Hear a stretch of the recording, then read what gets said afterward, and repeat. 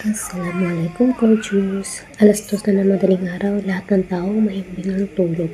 Maliban sa akin at sa aking prinsesa. Siyempre, dahil 3 years old siya at siyang tunay na prinsesa ng bahay, wala tayong choice. Bangon ng diwa, bukas ang kalan. Ganito ba talaga ang parenting? Yung eyebags ko hanggang baba na, pero si Bebe parang uminom ng 10 energy drink. Craving satisfied na naman si Bebe. Puyat na naman at si Alipin. Tulog na tayo please. Raising motherhood is a 24/7 job, and tonight, I realize it's true. At exactly 2 a.m., nag-crave ang muli kong bundle of joy.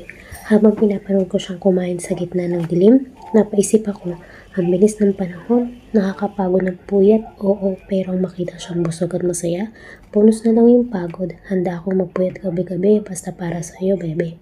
Kain ng marami, my little foodie. Tingnan niyo naman ang ngiti, parang hindi kami puyat nito. Sinong relate? Comment down below kung anong oras ang pinaka-weird na cravings ng anak nyo. Asaka na sinaka. Thank you for watching. Mwah.